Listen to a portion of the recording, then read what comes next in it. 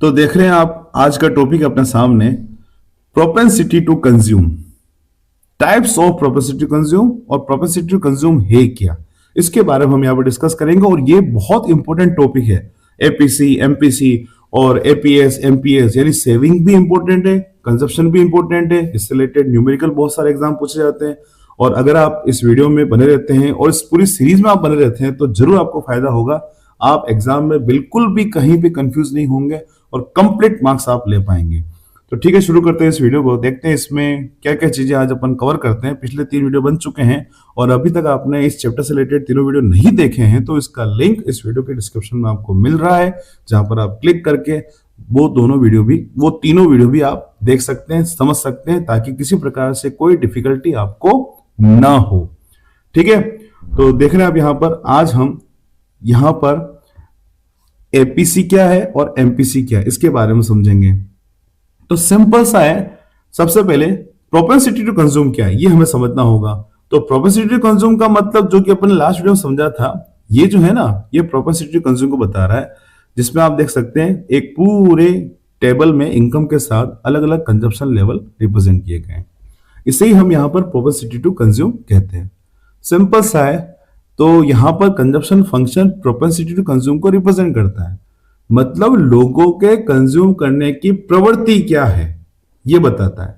Income बढ़ रही, consumption भी बढ़ रहा है, मगर हम देख सकते हैं लास्ट वीडियो में समझा था कि जिस लेवल से इनकम बढ़ रही है उस लेवल से कंजप्शन नहीं बढ़ रहा है। और जनरली क्या होता है, जिस लेवल से इनकम बढ़ती है कंजप्शन बढ़ता है, उस लेवल से नहीं बढ़ता। देख सकते हैं दोनों का एरो, ये एरो ज्यादा बड़ा, इसका मतलब इनकम में चेंज ज्यादा है। ये एरो छोटा है, इसका मतलब कंजप्शन में चेंज थोड़ा सा कम है। ठीक, तो यहां पर 2 प्रकार की प्रोपेंसिटी होती है। प्रोपेंसिटी मैं आपको समझा चुका हूं क्या है। प्रोपेंसिटी का मतलब ये होता है कि इनकम के अकॉर्डिंग कंजप्शन में क्या टेंडेंसी चल रही है, क्या प्रवृत्ति है। और इसको हम जनरली 2 पार्ट में डिवाइड करते हैं। एक तो है एपीसी, फुल फॉर्म क्या है इसकी, एवरेज प्रोपेंसिटी टू कंज्यूम, क्या कहेंगे इसको अपन, एवरेज प्रोपेंसिटी टू कंज्यूम। और सेकेंड है एमपीसी, जो कहलाता है मार्जिनल प्रोपेंसिटी टू कंज्यूम। बहुत अच्छे टॉपिक हैं। इससे रिलेटेड छोटे छोटे क्वेश्चन एग्जाम में पूछे जाते हैं, चाहे वो एमसीक्यूज में हो या आप किसी प्रकार से कोई क्वेश्चन सोल्व, न्यूमेरिकल क्वेश्चन दे दिया तो उसमें बेसिक के रूप में काम करेगा। तो आपको यहाँ पर एपीसी और एमपीसी दोनों के बारे में कंप्लीट इंफॉर्मेशन मिलने वाली है और बहुत मजा आने वाला है। तो देख सक रहे हैं यहाँ पर, सबसे फर्स्ट लेते हैं अपन average propensity to consume. Simple, average है मतलब दोनों का रेशो। किसका रेशो, ये कंजप्शन और इनकम, इन दोनों के रेशो को रिप्रेजेंट कर रहा है। ये देख सकते हैं आप, ratio of consumption to income. और उसका फॉर्मूला सिंपल सा क्या है, APC is equal to C upon Y. मतलब अलग अलग कंजप्शन लेवल पर, अलग अलग इनकम लेवल पर अलग अलग कंजप्शन लेवल क्या है, उन दोनों के रेशो को रिप्रेजेंट करते हैं। फिर एग्जाम्पल के थ्रू हम समझें, टेबल भी है आपके सामने और डायग्राम भी है। तो लेते हैं हम यहां पर, देख सकते हैं आप कि जब सी कंजप्शन 70 करोड़ है, इनकम 100 करोड़ है, तो उस कंडीशन में अपने यहां पर एपीसी क्या हो जाएगा, सिंपल सा 70 अपॉन 100 करेंगे, 0.7 आ रहा है, इसका मतलब 70%। इनकम में जितनी भी इनकम है उस इनकम का 70% खर्च किया जा रहा है। 100 इनकम है, 70 करोड़ खर्च किया जा रहा है, तो इसका मतलब यहां पर 70% कंज्यूम किया जा रहा है, 70% लोग अपनी इनकम को खर्च कर रहे हैं। और यही टेंडेंसी आप देख सकते हैं इस पूरी टेबल में है। इनकम लेवल 0, 100, 200, 300, 400 है। और हमने देखा था कि 0 इनकम लेवल पर कुछ न कुछ कंजप्शन लेवल होते हैं, उसको अपन कहते हैं ऑटोनोमस कंजप्शन। क्या कहेंगे इसको अपन, ऑटोनोमस कंजप्शन। यानी 0 इनकम लेवल पर भी कुछ न कुछ कंजप्शन जरूर होता है। तो आप देख सकते हैं यहां पर, अब फर्स्ट का तो निकलेगा नहीं क्योंकि इनकम 0 है, कोई बात नहीं। फिर 100 अपॉन 120, तो ये हो जाएगा 1.20। 200 अपॉन 200 मतलब ब्रेक इवन पॉइंट, जहां पर कंजप्शन और इनकम दोनों इक्वल होते हैं, वहां पर एपीसी होगी 1। एपीसी का फॉर्मूला पता है आपको, सी अपॉन वाई। सी अपॉन वाई मतलब कंजप्शन अपॉन इनकम। ठीक, तो फिर आगे बढ़ते हैं, देख सकते हैं 400 अगर इनकम है तो उस कंडीशन में 360 यहां पर कंजप्शन है, तो 360 अपॉन 400 0.90 आएगा। तो सिंपल सा है, क्या करना हमें, कंजप्शन में इनकम का डिवाइड करना है ना, सी अपॉन वाई। फॉर्मूला क्या है इसका, सी अपॉन वाई। इस प्रकार से हम यहां पर जो एपीसी है वो निकाला, अपन देख सकते हैं कि एपीसी पॉजिटिव भी हो सकती है, 1 से 1 से ज्यादा भी हो सकती है, इक्वल टू 1 भी हो सकती है, और 1 से कम भी हो सकती है। ध्यान रखिएगा, एपीसी कभी भी जीरो नहीं होगी, ये कभी भी जीरो नहीं होगी। क्यों? ये जीरो कब होगी? जब कंजप्शन जीरो होगा, तभी हो पाएगी ना। एफिसी जीरो कब होगी? जब कंजप्शन जीरो होगा, और हमें पता है कि जीरो इनकम लेवल पर भी कुछ ना कुछ कंजप्शन है, तो इसका मतलब कंजप्शन तो जीरो हो ही नहीं सकता। तो ध्यान रखिएगा, एपीसी 1 से ज्यादा भी हो सकती है, 1 के बराबर भी हो सकती है, 1 से कम भी हो सकती है, मगर जीरो नहीं होगी, नेगेटिव नहीं होगी। ठीक, अब हम इसका डायग्राम लेते हैं। डायग्राम आपके सामने देख सकते हैं, ये कंजप्शन कर्व है जो कि जीरो से कुछ ऊपर से स्टार्ट हो रहा है, और इसको कहते हैं अपन सी बार, ऑटोनोमस कंजप्शन। ठीक है, फिर नेक्स्ट, अब ये जो कंजप्शन कर्व है, सपोज इस पॉइंट पर हमें एपीसी फाइंड करनी है, तो क्या करेंगे? इधर अपन ने हॉरिजॉन्टली देखा तो ये टोटल कंजप्शन लेवल हो है, इधर वर्टिकली देखा तो ये इनकम लेवल हो गया। तो जो भी इनकम है OY1, ये देख रहे हैं OY1, और ये है आपके सामने टोटल कंजप्शन ON, देख रहे हैं आप, ये ON, ये टोटल कंजप्शन लेवल है। तो इस ये जो पूरा हो गया कंजप्शन, ये पूरा हो गया इनकम। तो देख सकते हैं ON अपॉन OY1, जो भी अमाउंट ग्राफ पर आएगा वो हम अमाउंट उसमें पुट करेंगे और उसको इजी वे से फाइंड कर सकते हैं। ठीक, आई थिंक कोई भी दिक्कत यहां पर नहीं होनी चाहिए। बहुत अच्छा और सिंपल सा टॉपिक है। अब इससे रिलेटेड पॉइंट कौन कौन से बनते हैं जो कि आप अभी अपन ने डिस्कस किए थे। सबसे फर्स्ट, एपीसी 1 से ज्यादा हो सकती है, अभी देखा था टेबल में अपन ने। ये कब होगा? ब्रेक इवन पॉइंट से पहले, जब इनकम ज्यादा हो कंजप्शन से। नहीं, कब होगा ये? जब कंजप्शन ज्यादा हो इनकम से। ठीक, फिर उसके बाद एपीसी इक्वल टू 1 भी हो सकती है। ये कब होगा? ब्रेक इवन पॉइंट पर, जब कंजप्शन और इनकम दोनों इक्वल होंगे। फिर नेक्स्ट, एपीसी 1 से कम भी हो सकती है। ये कब होगा? ब्रेक इवन पॉइंट के बाद, जब इनकम ज्यादा हो जाए कंजप्शन से। फिर लास्ट यहां पर, APC falls as income increases. हमेशा जैसे जैसे इनकम बढ़ेगी तो एपीसी जो है वो घटती जाती है। कैसे घटती है? ये टेबल देखिए, वापस वो एग्जांपल देख रहे हैं आप इसमें। जैसे जैसे ये इनकम बढ़ रही है वैसे वैसे एपीसी क्या हो रहा है? घटती जा रही है। ठीक है, तो ये कुछ यहां पर एवरेज प्रोपेंसिटी टू कंज्यूम से रिलेटेड जो पॉइंट है वो भी हमने यहां पर डिस्कस किए। ठीक है, फिर आता है marginal propensity to consume, MPC. बस सेम वही कंसेप्ट है। मार्जिनल का मतलब होता है कि यहां पर चेंज चेंज कितना आ रहा है, किसमें? कंजप्शन में। किसके कारण? इनकम के कारण। मतलब फॉर्मूला क्या हो जाएगा? MPC is equal to delta C. Consumption में चेंज कितना आया, किसके कारण? इनकम में चेंज के कारण। बस ये इन दोनों का फ्रैक्शन है और कुछ भी नहीं है। आप बहुत सी बुक में फॉर्मूला देख सकते हैं। तो ये आपके सामने condition, what is MPC? Fraction of change in income spent on change in consumption. मतलब इनकम बदलने पर कंजप्शन बदलेगा। किसने भी यही कहा है, हमने पिछले वीडियो में ये समझा है सब कुछ, पिछले 3 वीडियो में। और जैसे कि मैंने कहा है कि उन वीडियो को अभी तक आपने नहीं समझा है, नहीं देखा है, तो उनका लिंक मैं इस वीडियो के डिस्क्रिप्शन में मेंशन कर रहा हूं। आप लास्ट में जाते जाते कैसा लगा वीडियो कमेंट जरूर करें प्यारा सा, और साथ साथ इस वीडियो को लाइक जरूर करें। हो सके तो अपने फ्रेंड सर्कल में शेयर भी करिएगा ताकि उनको भी फायदा हो सके, अगर वास्तव में आपको लगता है कि हाँ इस वीडियो में कुछ बात है, कुछ समझ में आया है आपको। ठीक, तो अब हम इसको यहां पर टेबल के थ्रू समझेंगे। टेबल है आपके सामने, ठीक है, इसमें कंप्लीट डिटेल दे रखी है। ये है इनकम लेवल, ये कंजप्शन लेवल। हमें यहां पर 2 चीजों की जरूरत पड़ेगी। क्या पड़ेगी? एक तो डेल्टा सी, मतलब कंजप्शन में चेंज कितना आया। दूसरा है डेल्टा वाई, मतलब इनकम में चेंज कितना आया है। ठीक, तो यहां पर हमने कंजप्शन में चेंज को निकाला, देख सकते हैं 80 यानी 4720 हुआ, तो ये 4720 तो 80 का चेंज आया। 120 से 200 हुआ तो 80 का चेंज आया। फिर 280 से 360 का चेंज हुआ तो भी 80 का चेंज आया। ये तो हो गया कंजप्शन का चेंज। अब लगे इनकम का चेंज। आप देख सक रहे हो, यह यहां पर आपके इनकम का चेंज। ठीक है, तो ये इनकम में चेंज आया कैसे? सामने आप ये देख रहे हैं इनकम है 0 to 100, 100 to 200, 200 to 300। तो ये जो चेंज आ रहा है ना 100 100, ये हमने यहाँ पर चेंज ले लिया। तो ये थर्ड नंबर कॉलम और फोर्थ नंबर कॉलम कैसे आए, समझ में आ गया?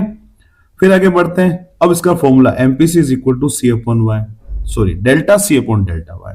तो जो भी चेंज आया 80 अपॉन 100, 80 अपॉन 100, 80 अपॉन 100, तो आप देख सकते हैं 80 अपॉन 100 किया तो ये आ रहा है एमपीसी 0.8, 0.8, 0.8, 0.8, मतलब बढ़ी हुई इनकम का 80% खर्च किया जा रहा है। कितना खर्च किया जा रहा है? 80% खर्च किया जा रहा है। एपीसी क्या बताती है? पर्टिकुलर इनकम लेवल पर लोग कितना खर्च कर रहे हैं उसकी प्रवृत्ति बताती है। जबकि एमपीसी क्या बताती है? इनकम में चेंज होने पर कंजम्पशन में चेंज कितना आ रहा है, कितना लोग खर्च कर रहे हैं, वो यहां पर बताती है। तो इसको अपन डायग्राम के थ्रू भी समझ सकते हैं। ये सामने आपके डायग्राम है। सपोज डायग्राम में आपको एमपीसी फाइंड करनी हो तो जनरली आपको पता है कि दो प्रकार के कंजप्शन लेवल और दो प्रकार के इनकम लेवल हमें चाहिए। तो देख सकते हैं ये तो है फर्स्ट कंजप्शन लेवल, ठीक है, और ये second consumption level O N. Change कितना आ रहा है? एम एन का चेंज आ रहा है। और यहां पर इनकम में चेंज कितना आ रहा है? Y1 Y2, ठीक है, इतनी इनकम बढ़ रही है तो इतना कंजप्शन यहां पर इंक्रीज हो रहा है। तो अब बात है यहां पर according to formula delta C upon delta Y, तो M N upon Y1 Y2, ये हो गया M1 कंजप्शन में चेंज, ये हो गया इनकम में चेंज। तो दो अलग अलग प्रकार के कंजप्शन लेवल लिए हम ने, एक तो बी और एक ए। हमने बी को यहां से कंजप्शन और इनकम लेवल फाइंड किया, ए पर कंजप्शन और इनकम लेवल फाइंड किया, और दोनों में चेंज को लिया। ये तो हो गया चेंज कंजप्शन में, ये चेंज हो गया इनकम में, ठीक।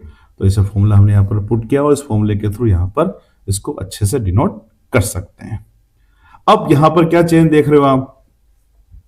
ये जो टेबल में है उसका एक्सप्लेनेशन है।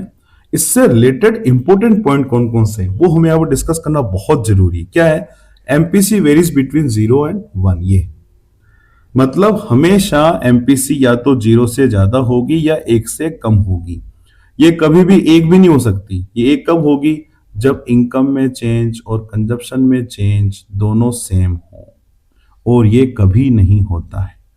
बढ़ी हुई इनकम पूरी की पूरी कभी खर्च नहीं की जाती है, कुछ न कुछ बचाया जरूर जाता है। तो ये 1 कभी नहीं हो सकती। फिर ये कभी भी 0 भी नहीं हो सकती। ये 0 कब होगी? जब इनकम में कुछ चेंज हो और उसके एवज में कंजप्शन में चेंज जो है वो 0 हो। ऐसा भी पॉसिबल नहीं है। ये भी हमने समझा था, किन्स ने बताया था कि इनकम बढ़ने पर कुछ ना कुछ तो कंजप्शन जरूर बढ़ेगा, भले इतना सा बढ़े पर बढ़ेगा जरूर, ठीक। फिर नेक्स्ट, एमपीसी जो होती है ना वो पुअर के लिए ज्यादा होती है और रिच के लिए कम होती है। क्यों? बढ़ी हुई इनकम का पार्ट हम जैसे मिडिल क्लास के लोग, गरीब लोग ज्यादा खर्च करते हैं, और अमीर जो ऑलरेडी सभी प्रकार के गुड्स एंड सर्विसेज कंज्यूम कर रहे हैं उनमें क्या फर्क पड़ता है? कोई फर्क नहीं पड़ने वाला है ना। डेवलप कंट्री में तो जनरली एमपीसी थोड़ी कम होगी, और डेवलपिंग कंट्री, इंडिया जैसी कंट्री में या डेवलपिंग कंट्री जो भी होगी उसमें एमपीसी थोड़ी ज्यादा होगी।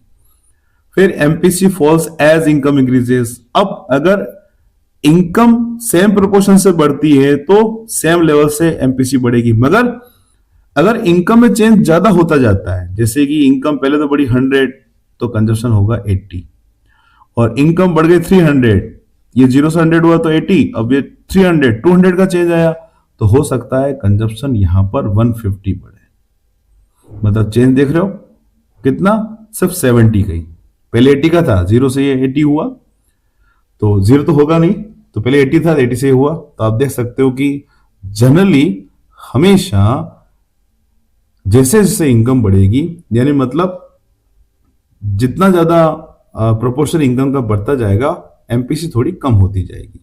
तो देख सकते हैं higher income group lower MPC, और as income rises people spend smaller percentage on additional income, यानी लोगों के खर्च करने की प्रवृत्ति थोड़ी कम होती जाती है, वो बचाना आप थोड़ा ज्यादा चाहते हैं।